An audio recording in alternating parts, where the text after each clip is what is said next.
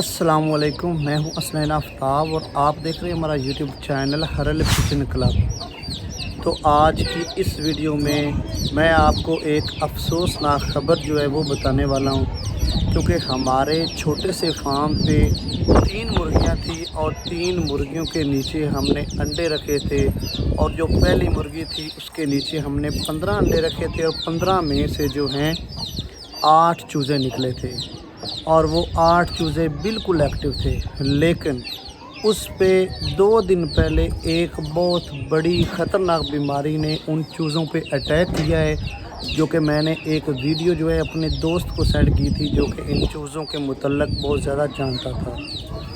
उसने मुझे बताया कि यार ये जो आपके चूज़े हैं इनको शिकायत हुई है कोकड़े की, और कोकड़े की शिकायत के लिए मैंने कहा यार मुझे कोई अच्छी सी मेडिसिन बताओ ताकि मैं इनका इलाज कर सकूं और ये दोबारा से जो है एक्टिव हो जाएं।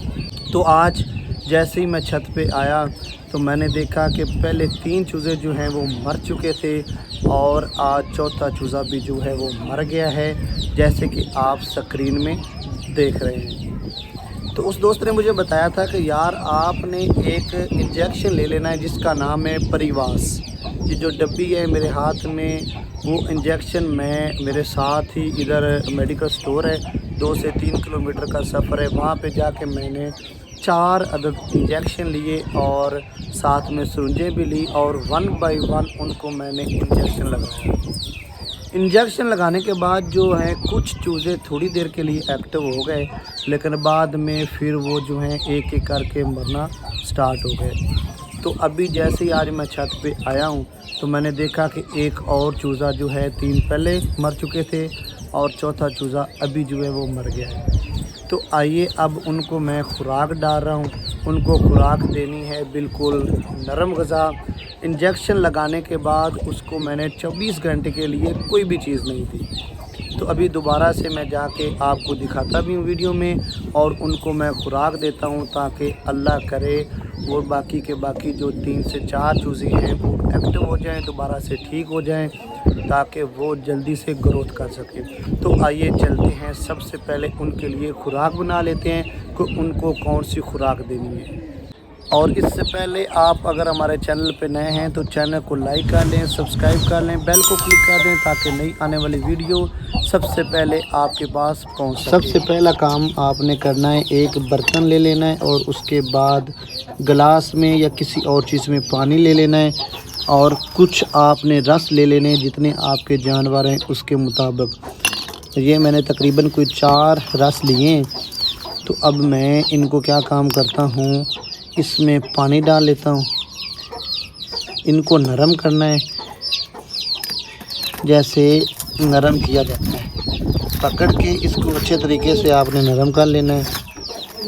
इसको नरम करने के बाद पानी उतना डालना है जितना कि ये बिल्कुल सिर्फ नरम हो जाए, ना कि ये ना हो कि ये जो हैं बिल्कुल पानी जैसे हो जाए। आटा सा नहीं बनाना, बल्कि इनको अच्छे तरीके से आपने नरम कर लेना है।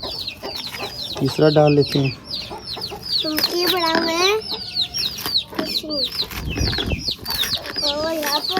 और फिर ये चौथा भी, इसको भी इसमें अच्छे तरीके से मिक्स कर देना है आपने ना। ज़्यादा पानी की ज़रूरत नहीं है, हस्बे ज़रूरत आपने इसमें ना पानी डाल लेना है और इनको अपने चूज़ों के सामने रख देना है ताकि वो अच्छे से ना इनको खा लें।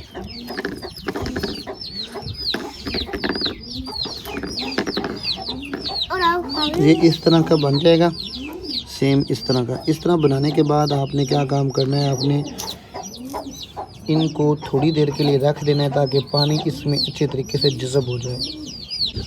ये देखें जी, हम आ चुके हैं ठुड्डे की तरफ। तो हमने रस्सी से बांधा हुआ था, इसको ओपन कर लेते हैं। सबसे पहला काम कि मैं इस मुर्गे को अच्छे तरीके से बाहर निकाल लेता हूँ। ये देखें, ये एक चूज़ा जो हमारा है एक्सपायर हो चुका है। इसको पकड़ के ना फ़िलहाल थोड़ी देर के लिए छत पे रख देते हैं और बाद में फिर इसको ना कहीं साइड पे रख देंगे।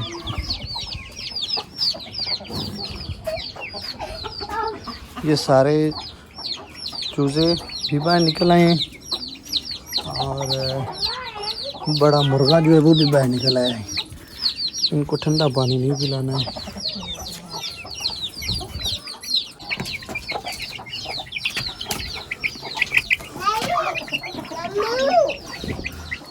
इनके सामने आपने अच्छे तरीके से रख देना है ताकि ये सारे के सारे जो चूज़े हैं इसको अच्छे तरीके से खा लें।